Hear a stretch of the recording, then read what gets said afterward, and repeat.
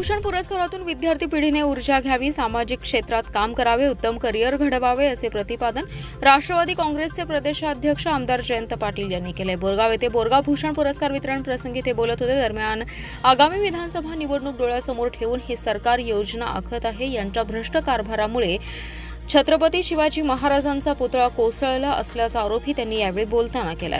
यावेळी शिक्षण प्रसारक संस्थेचे उपाध्यक्ष उदयसिंह पाटील, एस.टी. पाटील, शामराव वाटेगावकर, डी.आर. सलगर, सुरेश पाटील, संजय पाटील यांची प्रमुख उपस्थिती होती।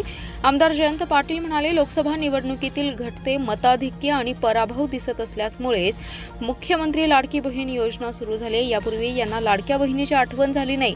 यापूर्वी त्यांनी बहिणीला किती त्रास दिला, त्यांच्यासाठी काय केलं हे सामान्य जनतेने चांगलंच ओळखलंय। लोकसभेतील पराभव दिसल्याने सध्या शासनाने तिजोरीचे दार केवळ उघडे नसून दार बाजूला काढून ठेवले। महाराष्ट्र सरकार अनेक चुका करत आहे। निवडणुकीच्या पार्श्वभूमीवर पंतप्रधान मोदींना छत्रपती शिवाजी महाराजांचा पुतळा उभारण्याची घाई झाली। पुतळ्याचं काम निकृष्ट झालं। महाराजांचा पुतळा कोसळला ही खूप वाईट गोष्ट घडली आहे। पुतळ्याच्या कामामध्ये विरोधकांनी पैसे खाल्ले, भ्रष्टाचार केला। प्रत्येक गोष्टीत भ्रष्टाचार करण्याची त्यांची सवयच आहे। महाराष्ट्रातील जनता हे माफ करणार नाही। देवेंद्र फडणवीस त्यांनी सुरतेची लूट आणि छत्रपती शिवाजी महाराज यांच्या बाबतीत चुकीचं विधान केलं। इतिहास तसा नाही, तब्बल 2 वेळा छत्रपती शिवाजी महाराजांनी सुरतची लूट केली। छत्रपती शिवाजी महाराजांचा इतिहास बदलणाऱ्या विकृतींना आपण रोखलं पाहिजे।